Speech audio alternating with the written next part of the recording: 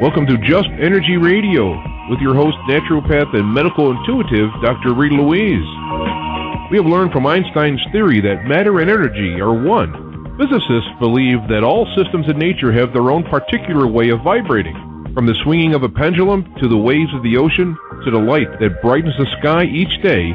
Each of these oscillates at its own unique rate. The same holds true for every thought, feeling, event, or word we speak. Each has its own frequency or rate of vibration. What many of us don't realize is when we take everything in our universe down to its simplest form, it is all just energy. Join Dr. Rita Louise on a journey through time and space where past, present, and future collide. Today, what you believe may be called into question. What we want to know is, who made up the rules? Be brave and step outside the box. We are about to turn our world upside down and venture into the unknown. Hold on. We are departing our own beliefs and entering alternative realms. Enjoy the possibilities.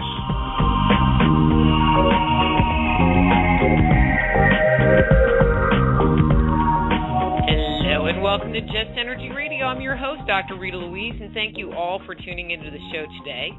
Don't forget, Just Energy Radio is brought to you by SoulHealer.com and the Institute of Applied Energetics. That's AppliedEnergeticsInstitute.com. I also want to let you know, sign up for our weekly newsletter and find out about the great programming we have coming up. I was going to talk about something, but I forgot. I was having just such a great conversation before the show, and now I'm pulling a big blank. Anyway, yet again, an excellent show today. Today we're going to be speaking with David Rountree about the science of ghost hunting. Now, I have to tell you, David and I met at the Texas Ghost Show a few months ago and just hit it off, and I'm really excited to have him on. Great guy, really super smart. He uses big words that I can't pronounce. And, I don't know, we're going to be talking about ghosts and important stuff like that. So let me tell you a little bit about David and get him on the air. David Rountree is a professional member of the American Association for the Advancement of Science, the Audio Engineering Society, the International Frequency Sensor Association, and also affiliated with the Institute of Electrical and Electronics Engineers. David began his research into the paranormal professionally in 1976 and has investigated cases scientifically from Rhode Island to Key West, Florida. His book, Paranormal Technology, Understanding the Science of Ghost Hunting, hailed as a new paradigm in paranormal research and investigating techniques. So please welcome to Just Energy Radio from spinvestigations.org, David Rountree. Hey, David, how's it going? Hi, Rita. How are you? How you doing? I'm great. How are you? Great. Oh, I couldn't be better. It's just a great day. The sun is shining. The birds are singing. And here I am. Well, the last time I talked to you, you were like neck deep in snow, so I'm glad that the birds are singing and the sun is shining. Oh, yeah, much better, believe me, much better. I know it seems like years since that show, that conference, and I'm going, it wasn't that long ago. No, it was in March, right? Yeah, I think but it was in March.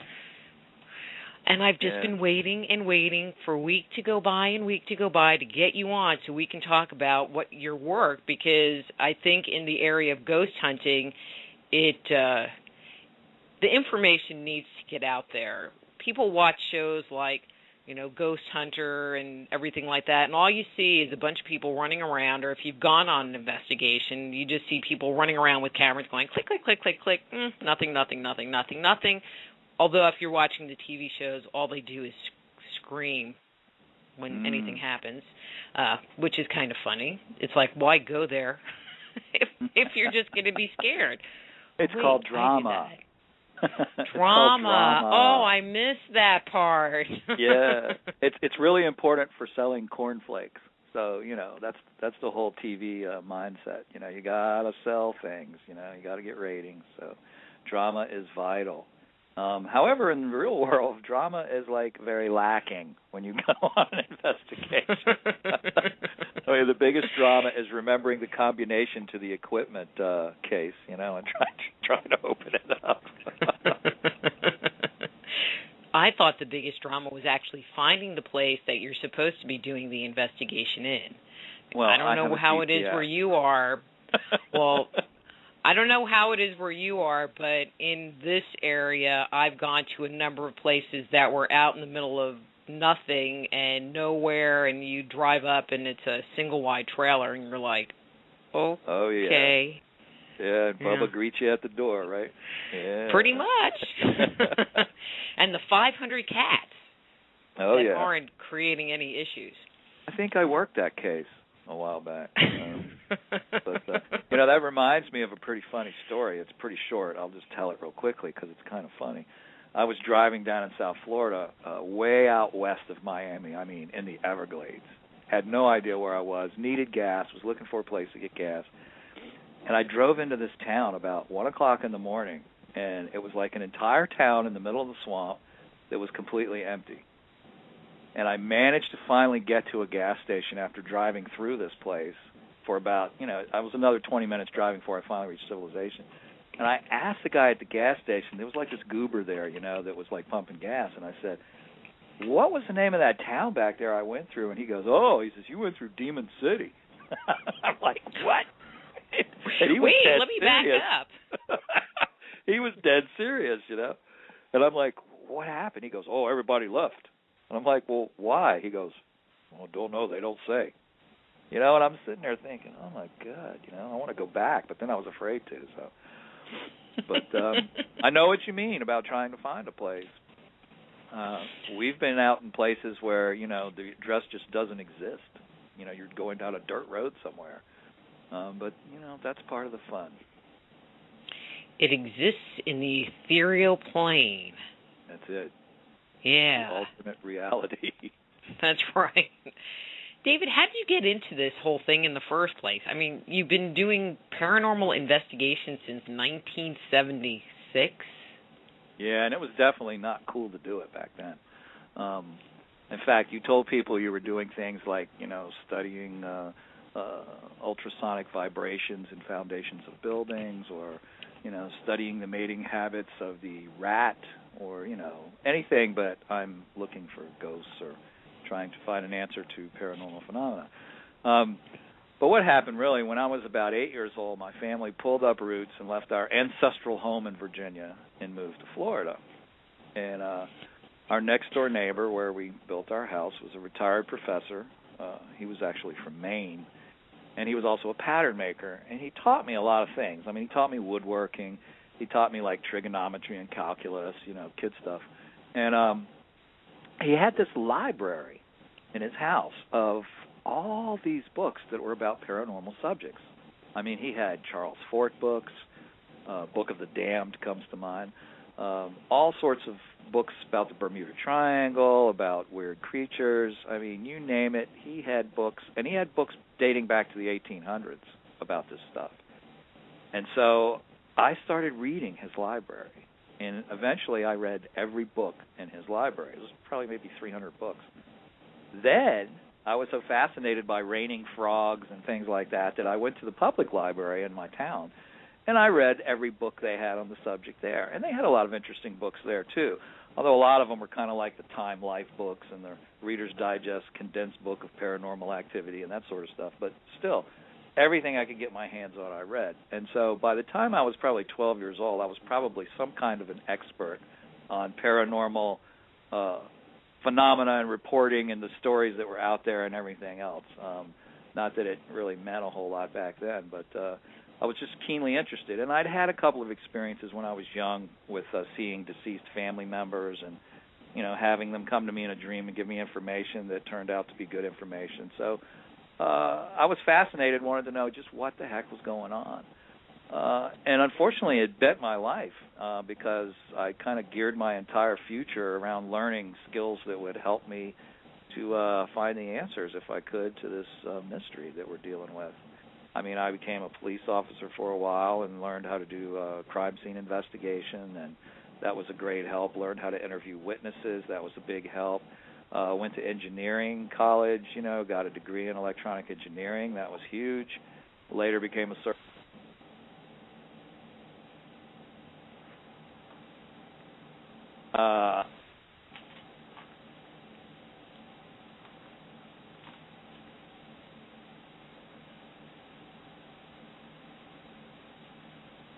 Okay. David. There? Okay, so I can... Hello? Are you there, David? Yeah, what happened? You're back. Ah. I don't know.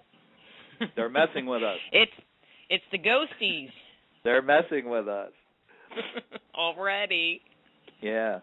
But anyway, I was going to say, back in 1976, we didn't have the equipment that we have today. We didn't have handheld stuff. I started out with a 75-pound reel-to-reel tape recorder, an old Army surplus mine detector that had been rewired. I mean, you had to use ingenuity to come up with things. And a lot of the things that I thought were going on, I couldn't really prove until much, much later, which was a very frustrating period in my life. So that's kind of how it all began. See, and I thought I was the weird one. When I was about the same age, I got really into the theory of evolution and archaeology and read all the archaeology and anthropology books that I could get my hands on. So it's like, woo, doo-doo-doo-doo-doo-doo. Oh, yeah. Like, regular people don't do that. Oh, no. Well, maybe they do, and maybe everyone else is weird. Yeah. All right. Total high five on that one. That's my outlook. We're normal. They're weird. But anyway. Yeah. Shh, but don't tell them. They think they're normal. It's a secret. Wouldn't dream of it. Okay, so you know that I'm an energy girl and evaluate ghostly activity, from that perspective, from the intuitive perspective. For you, right, on the other hand, you are totally the science guy. In recent years, has there been any science that supports hauntings? Well, there are things that occur in quantum mechanics that could offer potential explanations for some of the things that we encounter. And quantum mechanics is kind of like art. You either understand it or you don't. And, I know a lot of people that are brilliant physicists, and they don't have a clue when it comes to quantum mechanics, because it's like you have to think outside the box. You have to be able to visualize abstract concepts, and not everybody can do that.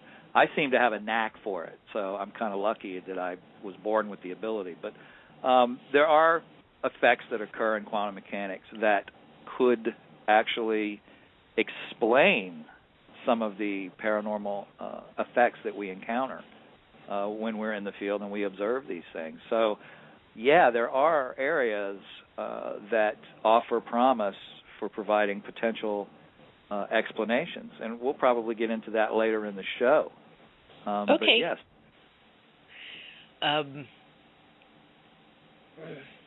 But, I guess the biggest thing is that there's so many people that don't take ghost hunting very seriously, because they say, well, you can't, from the scientific, and I guess where I wanted to go, from the scientific point of view, they say, well, it's not reproducible, you can't have the same experience happen in multiple occasions, blah, blah, blah, blah, blah, blah, blah, and so right, because of that, it's all hooey. Do you find that there's any kind of commonality amongst hauntings that can show some kind of consistency amongst the phenomena? Sure, absolutely. After 35 years, if I didn't see something in it, I wouldn't have kept doing it, believe me. There's a key thing going on here. Ghost hunting is like one thing, and paranormal research is something else. Ghost hunting is based on what they see on TV, people running around in the dark, jumping up and down and squealing when they get something on a box that they're holding in their hand. And there's nothing wrong with that. I think it's absolutely fabulous. It's a great thing, but it's ghost hunting. It's kind of like the hobby version of paranormal research, and that's fine. We need people doing that. It brings us attention. But paranormal researchers are much more stoic individuals. We're like sitting in the dark in a van somewhere surrounded by hundreds of dials, computers that are logging data and sitting there bored out of our minds, waiting for something to occur, and we're looking at it from a far more analytical point of view. In other words, if we go into the environment where our sensors are located, we log that activity because we are changing the environment with just our presence. You know, you're an energy girl, so you know when you add a life form into a situation, you're adding the energy of that life form to it as well. So you are changing the mix. You know, you're adding energy to a situation, and it's going to change things. In quantum mechanics, we call this the observer effect, in which the person that's present affects the outcome of the experiment. And so because of that, we take very strict controls over any time we interact with the environment and the site where we're measuring. And we log the time that we are in the site so that we can separate that data out and say, okay, this is when people were there. And there is a difference. There's a measurable difference. So is that why when too many people show up for an investigation or you have a big group that ends up coming, that usually nothing happens? That, and if something too much did, energy? Yeah, that, and if something did, there's so much background noise you wouldn't be able to hear it or pick it up anyway. The whole point of how we do it is we eliminate a lot of pollution. We eliminate a lot of noise pollution. We reduce background noise, both audio background noise and electrical background noise and EMF background noise, so that we can look down there at the noise floor and pick out the little nuggets as they appear that normally other groups would miss because they're making too much noise either electronically or audibly. So yeah, exactly. The more people you put in, it's like a crime scene investigation. When you have a crime scene investigation, the actual scene of the crime itself, 1 or 2 people are allowed to go in there at a time. And the 1 or 2 people go in, perform their specialty, and leave. And then the other 2 specialists or whatever will come in and do what they're due, and they leave. So you don't contaminate the crime scene with bad evidence. Well, it's the same thing in paranormal investigation. You don't want to contaminate your environment with false evidence that you're just going to have to work extra hard to eliminate after you go through the data and start analyzing everything. So a little preparation prior to going in and managing your site and managing site security goes a long way to ensure, you know, the strength of your evidence at the end of the day. And I think that's important. I mean, going in as a psychic investigator, one of my personal protocols is that I don't want to know anything. I just want you to give me an address, and I show up, and the word I use is contamination. It's like I don't want to be contaminated by what somebody says potentially happened, because I want to be able to go, this is what I get, blah, blah, blah, blah, blah, and if it matches what they're saying, great. If it doesn't match what they're saying, great. That's right. Usually it does. Yeah, that's called confirmation bias, where they kind of stack the deck before they deal it to you. And that really takes all the objectivity out of the experiment. You know, it becomes a very subjective type of experiment then. Whereas if you come in cold and you don't know anything about it and you come up with a lot of hits, you know, that's much more powerful evidence. When it's just like when someone tells you, oh, you hear this EVP? It says, hi, my name is Bob. Well, you know what? You're immediately going to hear, hi, my name is Bob, even though it may say your dog is on fire, you know, because the deck has been stacked now and your perception has been altered, and that's what you're listening for. And your mind will tell you that's what you're hearing. And I don't know. When I listen to those EVPs, you know what I hear? Noise. Yeah. And I go, how did they get anything out of that? That's right, because they sat there and listened to it for 2.5 hours until they were convinced of what it was saying. That's another problem. Okay, what am I missing here? Yeah, well, you know, what happens is that if you listen to something long enough, your mind's going to make order out of the chaos. And I tell people, you know, listen to a file 1 or 2 times, and if you can't make it out, put it away and listen to it another day. Because I guarantee you, if you listen to a file and you hear it over and over again 20 or 30 times, you come back a week from now and listen to it, you don't hear anything that you heard that day. Because it's basically noise, and your brain is trying to make chaos or make order out of chaos with it. It's called pareidolia. And maybe what they really hear is honey, it's time for dinner. Yeah. Like, honey, it's time for dinner. A lot of them hear that. A lot of them hear other things, but we won't go there. But, yeah, well, I mean. We can come back to EVP if you have any juicy EVPs. Well, actually, do you have any Actually, let's even back up. What is an EVP? For people that, we're going, EVPs, but for the listeners that aren't ghosty people and aren't ghost hunters, what is an EVP?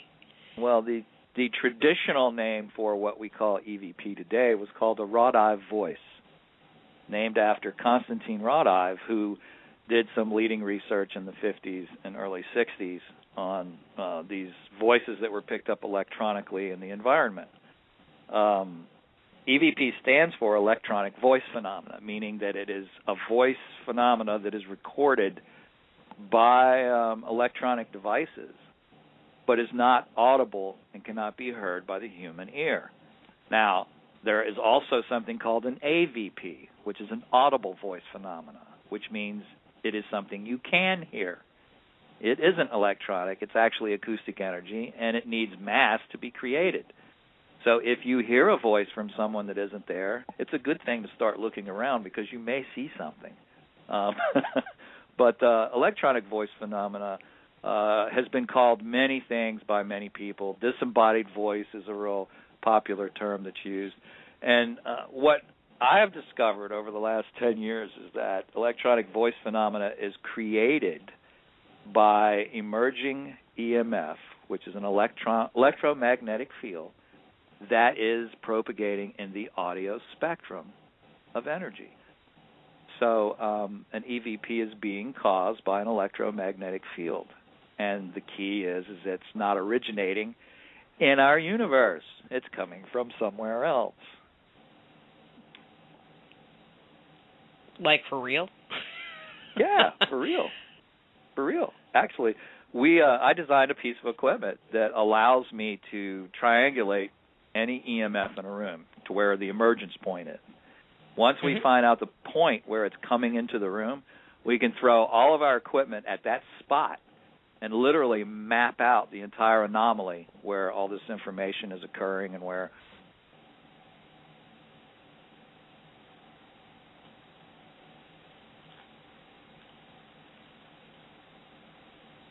I lost you again, Dave. What is going on? Can you hear me now? I'm telling you, it's the ghosty thing. Can you hear me now? I can What hear is you now. going on? This is so weird. Well, and see, what's interesting, I told you before the show, I have myself called in on myself, so I start talking and I can hear myself broadcasting, so I know it's not me. Wasn't me, Dave. That's so weird. Now, I'm wearing headset. I told you, it's a ghosty show, and this happens to me. Sorry. I know. Hey, it's little great. spooky guys, back off. Oh, God, I know. Well, it happens to me, too, but it's funny because I'm sending out such a hot signal here. It's got to be something that's happening in the phone lines or something. And let me just clarify for the listeners, my experience has been when I have people come on and we're talking about ghosts or attached entities, or I've had the situation where I am getting ready to go to a ghost show and speak, my phones will go crazy, my computer will go crazy, and the interview tends to get interrupted. Sounds like you've had a similar experience. So I just blame it on the spookies and just laugh. That's all you can do. That's all you can do. All you can do. And, of course, that always makes us lose our place, and we have to sit here and figure out what we were talking about and start all over again. So. Well, we were talking about EVPs and triangulations, but I think we should maybe come back to that when we get into the whole theory, scientific method part. Sure. Let's kind of shift gears and talk about, and actually I want to make a note, EVP triangulation. Strangulation. Because we don't want to... That's right. EVP strangulation. That's right. Yeah. One of the things you talk about in your book, Paranormal Technology, is really the concept of creating baselines. And I really appreciate how much you emphasize that point. And I was hoping you could talk to share with the listeners what that is and why it's really so important. Well, I mean, we started kind of alluding to this earlier when we were talking about the replicability and being able to establish some kind of standard that you can't do it with paranormal activity, which is hogwash. You can. You can do it with anything. In fact, 90% of science in the field today is based on changing conditions. So if you condemn this, you're condemning the rest of science as well. So it starts out like this. When you go into an initial site, you map it. You map it out technically. You go through, you document where you've got hot spots of EMF, you document where you've got weird readings, and you try to determine a source. And you do this normally during the daytime when you've got plenty of light, and you can find things like a wire that's like really bad, that's right 2 inches underneath the floor where you're walking, or something like that that's creating this EMF. But you map it out, and the way you map it out is you form a grid pattern in the room, meaning that you walk in a straight line all the way across the room, move over a foot, walk all the way back across the room, and you keep doing this until you work your way all the way across the room in one direction, and then you cross those lines by coming from the other walls and back and forth. And you make a little map, and you make notations of where you encounter anomalous readings. Then you take those anomalous readings and you try to find an explainable source for them. And nine times out of 10 you do. You find out what's causing them. And then once you finish with that, now you've got your base. You've got your base reading of the environment. So anything that strays from that base reading is something that opens your eyes and makes your eyebrows lift up, and you investigate it further. But once you establish those base readings, now you can start a real investigation. So a couple hours later, when it's dark and the noise is starting to die down, and you can go in there and set up your equipment and you start monitoring things, now you can look for transient conditions that occur that may be key indicators of potential paranormal activity. God, yeah. That was a mouthful. But that's essentially establishing a base. You establish a baseline, and then any deviation from that data, of course, is interesting and bears investigation. It seems like that is not the concern of many people, many groups that are out there. No. And it comes, I think, from the fact that we have a lot of people who aren't trained in that aspect of research or investigation. In research, you establish a baseline, and anything that you do, you find things. And what also helps is to not just go to one place one time and declare something. You go to one place 100 times and you declare something. We have places where we go routinely over and over again over the course of several years, and we are constantly building a database of information that occurs in these sites. And after 5 years, we'll be able to look at that data and make some declarations. Until then, we can say, hey, it's a very interesting place, and there's a lot of weird stuff going on there. And that's kind of how you do it. When you go into a place one time and you investigate it and you get a lot of weird things going on, that's interesting, but it really doesn't tell you a whole lot. It just tells you you're into a neat place that has a lot of strange things going on. And you need to find out what those strange things are and what their source is and what's causing them, and it takes a whole lot more time. And I've had the experience, not me personally, because I always either find stuff or not, but with the teams that I've worked with, that sometimes you go to a site and absolutely nothing happens. There's no anomalous readings. There's a whole lot of not much, even though the reports you're getting from the location owner is different. Oh, yeah, happens all the time. You spend most of your time waiting for something to happen. It's like being a cop. You ride around most of the time with nothing to do, waiting for something to happen. And that's pretty much how you are here. You're sitting, monitoring instrumentation, and waiting for something to happen. And it's not exciting. You live for those moments when you go, WTF? What is that? And then later you realize it was a eureka moment. But at the time, it's like, what? You start banging on stuff. Why is it doing this? And you realize, oh, hey, an anomaly. I read about those. Really? Hey, we need to go to our first commercial break. Yep. So when we come back, let's talk about some of the tools that you would use to maybe create some of these baselines and some of the things that you look at for the baselines. Sure. And stuff. Okie doke. I'm Dr. Rita Louise. We're here talking to David Rountree about his book, ParanormalTechnology.com. His website is spinvestigations.org, and we'll be back after these words from our sponsors.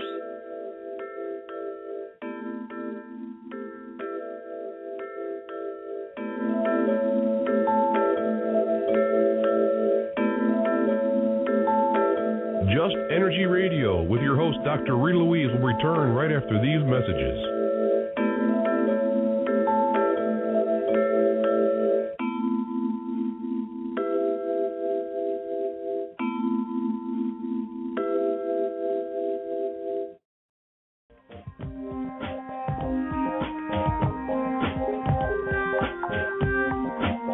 And now back to Just Energy Radio with Dr. Rita Louise.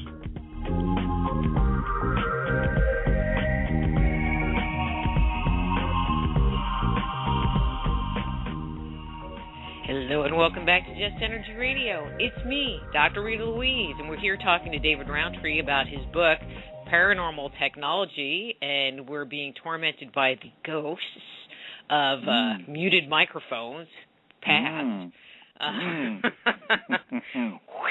Wait, this is my official ghost impersonation.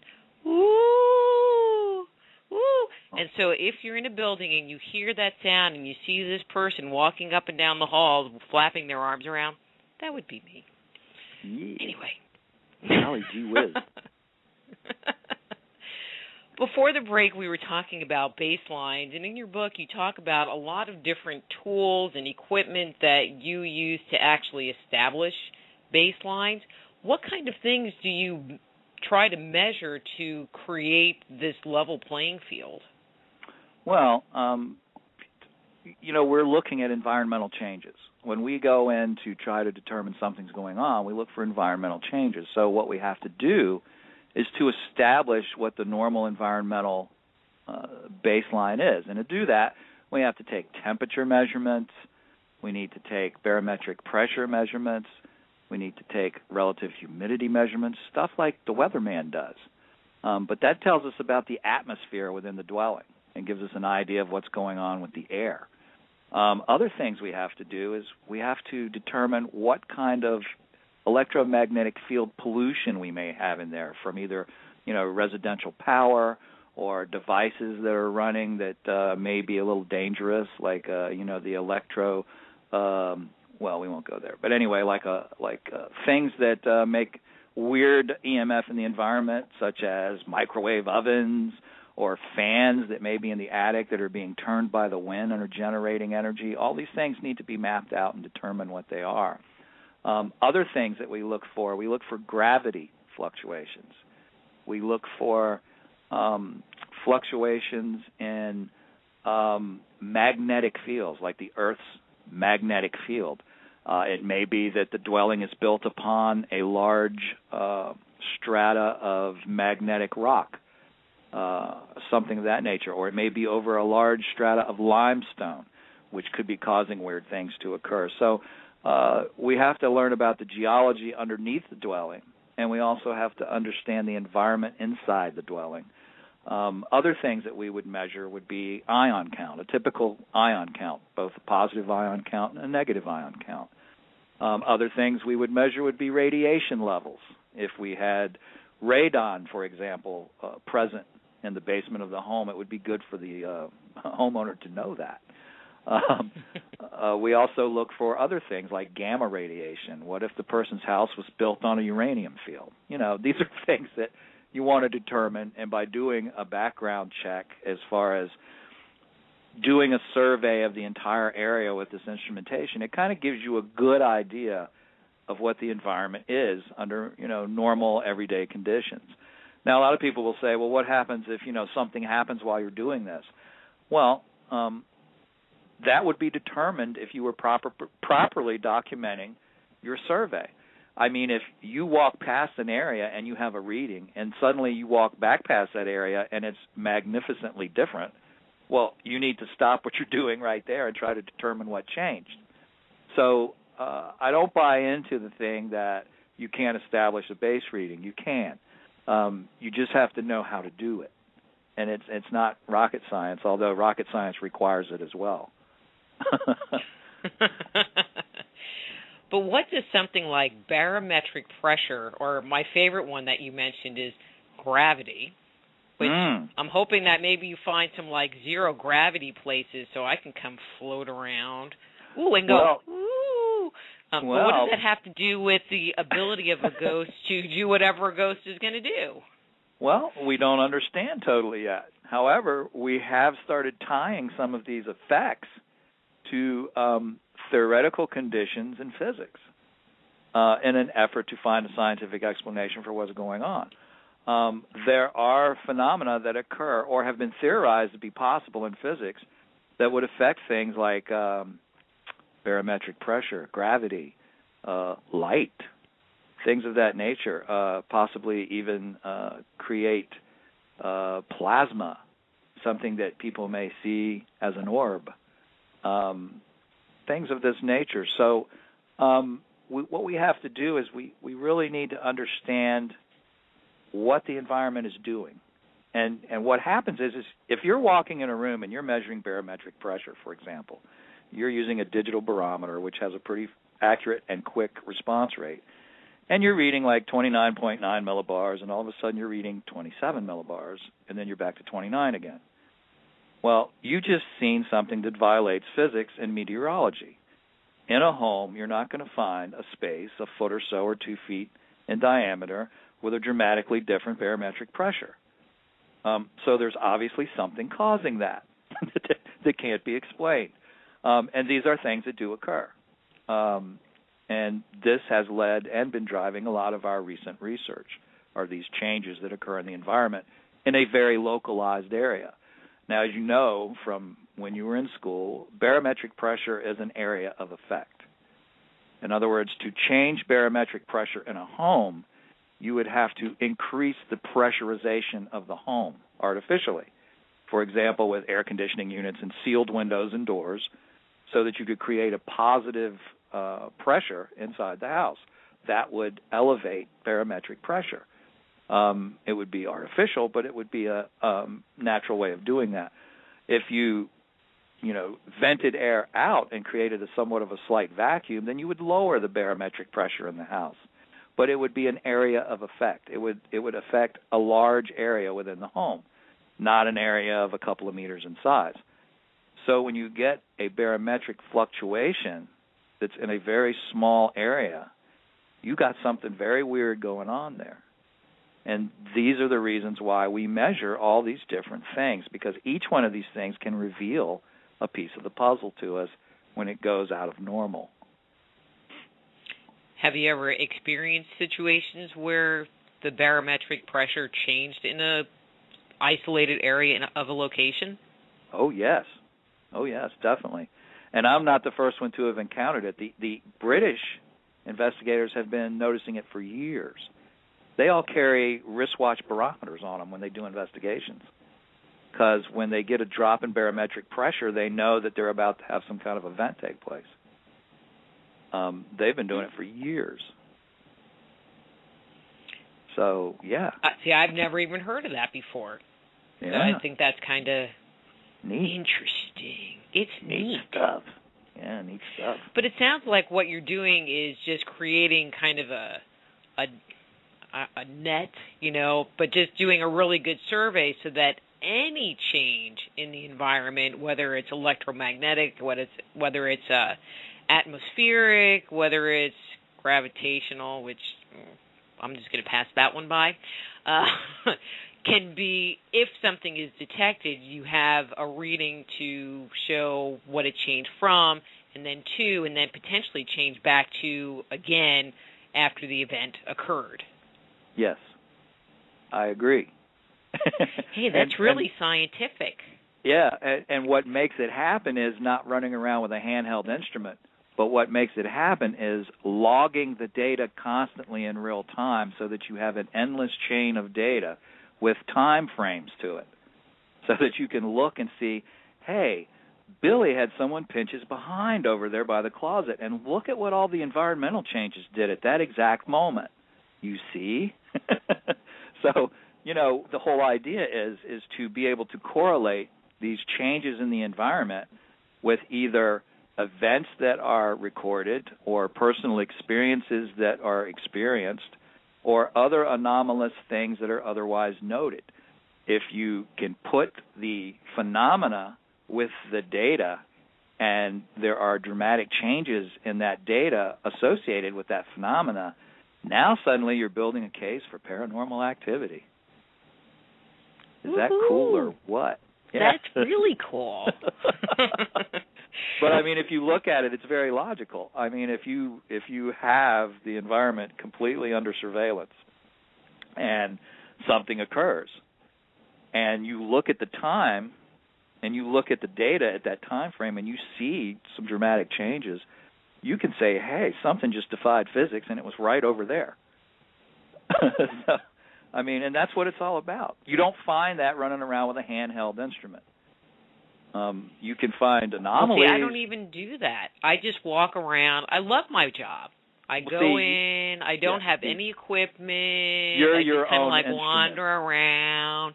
Yeah, I love that part. I don't have to pack anything up. I don't have to review any data. That's right. See, but see, that's a different thing. And I'm studying people like you too, by the way.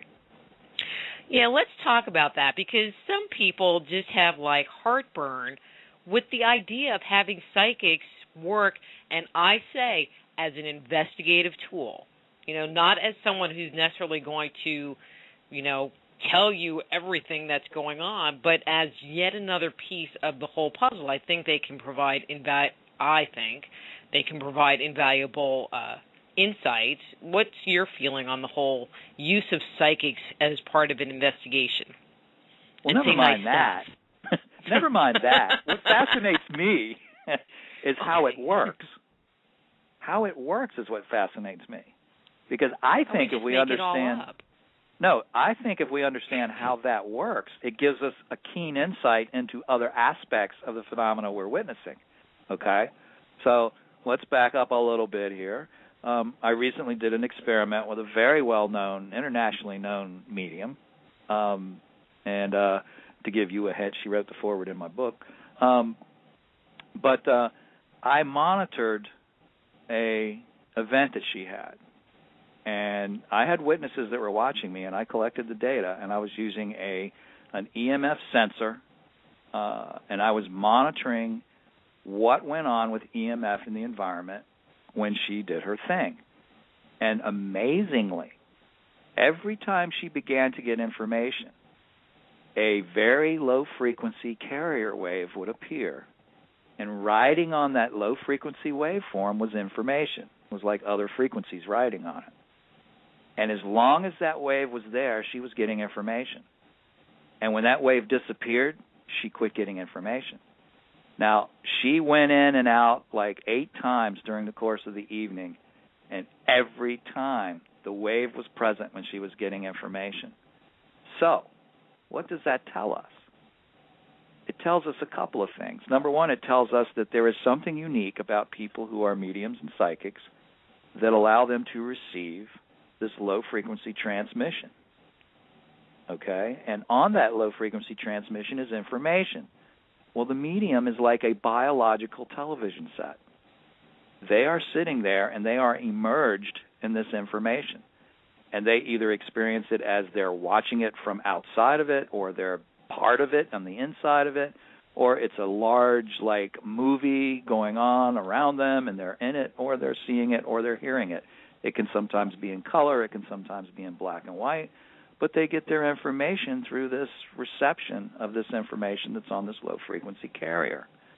And what happens is we have to determine now where is that low-frequency carrier coming from and what initiates it. Well, again, going back, it looks like it's emerging into our environment. In other words, it's like coming out of space into the middle of a room from no apparent source. It's emerging into our reality. It's emerging into our environment. Now, does the medium trigger the transmission to come to her or him? Or is it something that is ready to fire at them when they open up the door? And when they open the door, it fires at them? I don't know yet. But I think it's pretty fascinating that we have actually captured something that seems to be connected with the process. That is really cool. I'm going to have to come to your house and do readings so you can measure me. I mean, it's pretty fascinating. I mean, it really is. And we're just starting to look at this. I mean, I've run 3 experiments so far, and all 3 experiments have had the same result. And I think it's a great place to go for research right now. Was the medium a channel, or was she just communicating with dead people? It was more of, it was kind of 2 things happened in one instance. In one instance, she was just getting the information. She wasn't channeling. She was just getting the information from, people that were connected to the people there. But then at one point, it was she changed her voice. She kind of gotten taken over, and something was speaking through her and had a completely different voice than her own, which was really creepy. And the waveform changed when that happened. It was a completely different waveform, which I think is fascinating too. But while we can't draw any firm conclusions from these 3 experiments, what we can say is there's something really fascinating going on, and we can measure it. And we need to look at this more. And that's what's really cool about it.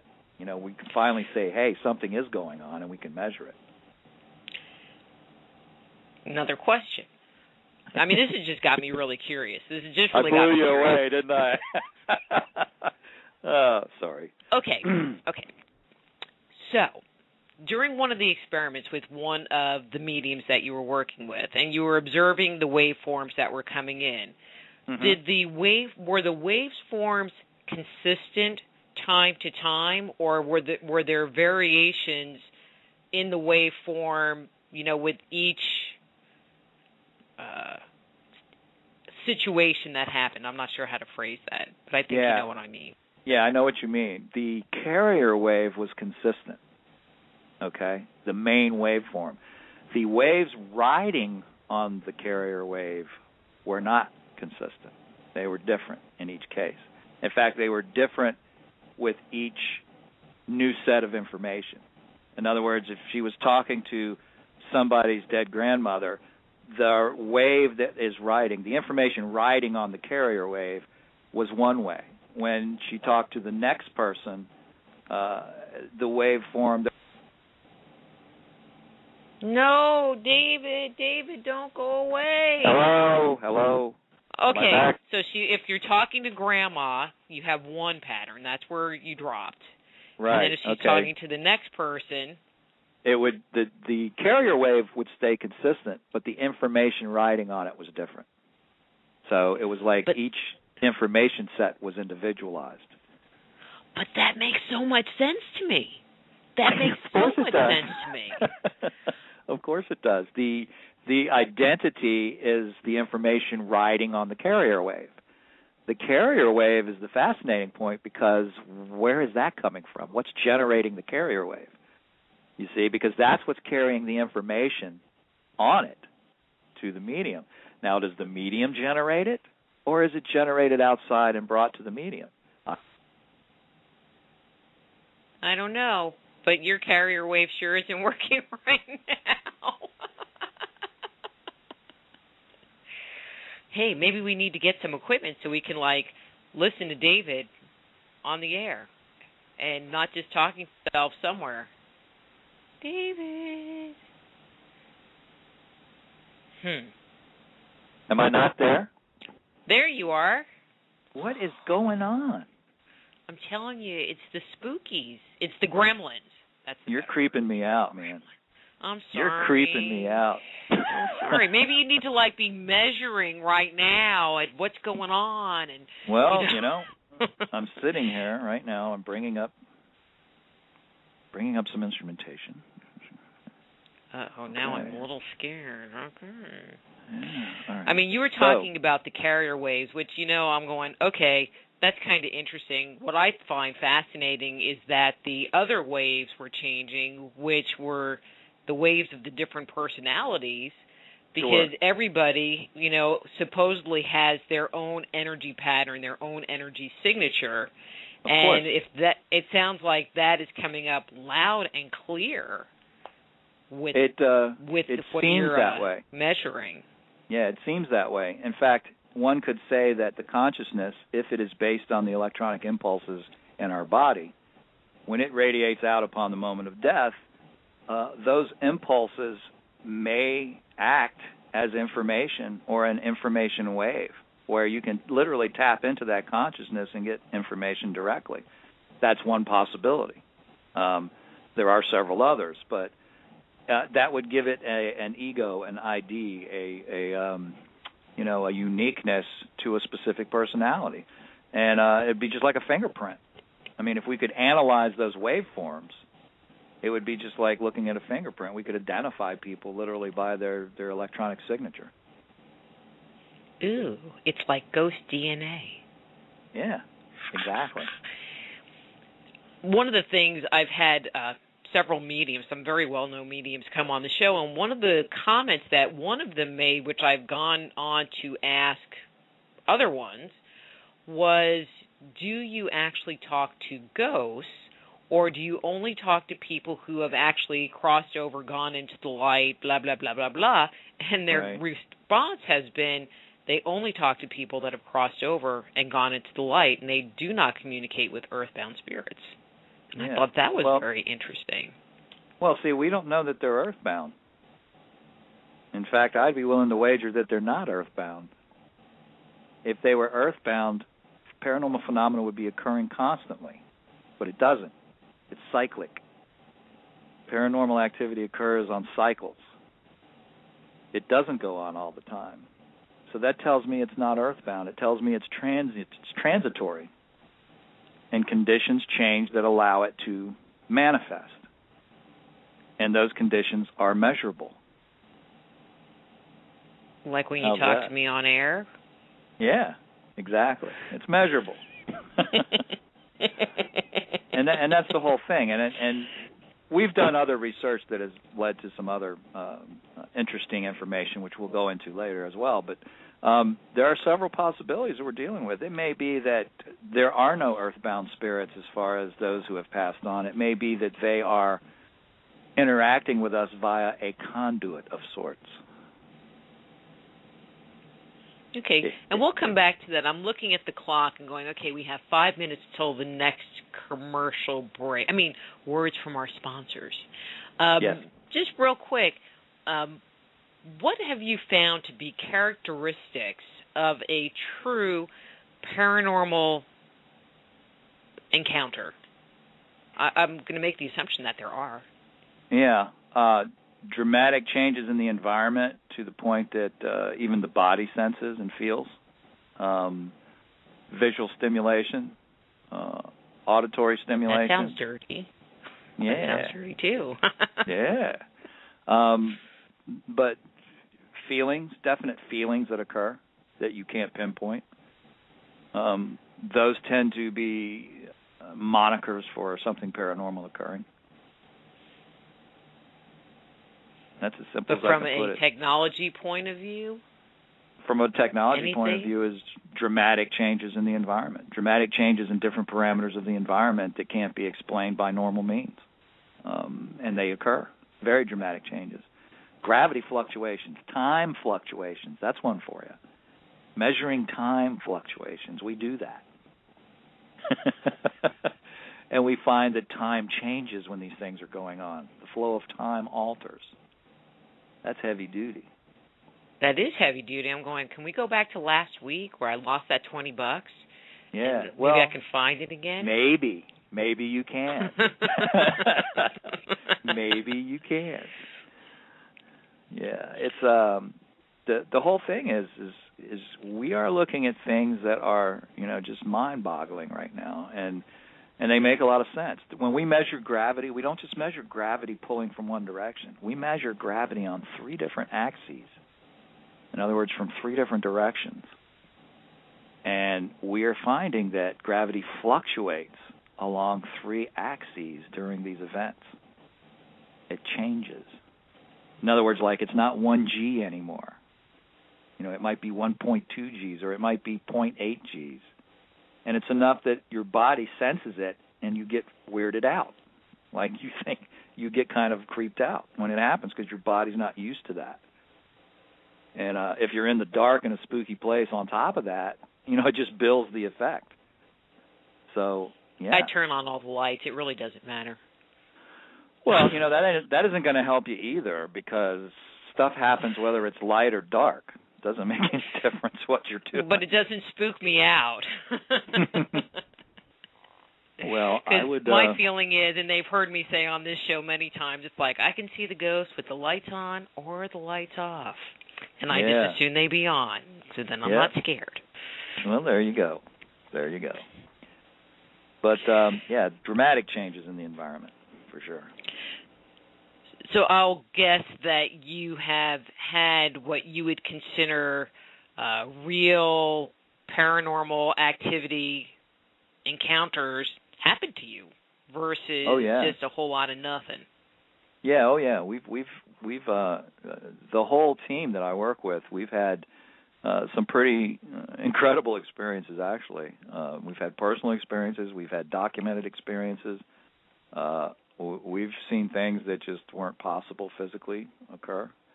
You know, it's just things that just defy explanation. And, you know, I have to look at it. I don't like to call it paranormal because I think what we're dealing with is just normal. We just don't understand it. I think it's a normal aspect of life. We just don't quite understand it yet. So I like to call it perinormal instead of paranormal. But we're playing on words now. But, yeah, I've had experiences. It sounds like the work that you're doing should get more attention from the scientific community. I mean, I don't know if that's what you're really looking to do, is to get more support, because it sounds like you're doing the kind of work and research that they're looking to have, and not that then I don't get the impression that there are very many people looking at the phenomena from that perspective, from a repeatable, documented, cross all our T's and dot all our I's place. Yeah, there's a few people out there doing it.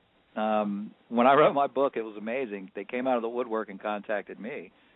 And, you know, that's when I learned that there were other people doing similar research. And like I say, most of us who are doing serious research don't really get into the limelight a lot because we're busy doing the research. But when I wrote the book, I decided that I was going to talk about it and travel around and share the stuff I know and try to meet other people that are doing similar work. And I have been doing that, and it's been great. But the idea is to get legitimate funded research into the field. And I think that's going to happen. Well, okay, everybody send David $1, and he could be like a dollionaire and get his research going. All right, David, we need to take a quick break, and when we come back, maybe tell a couple of really juicy stories. All right? Mm-hmm. All right, we'll be back with David Rountree after these words from our sponsors. Just Energy Radio with your host, Dr. Rita Louise, will return right after these messages.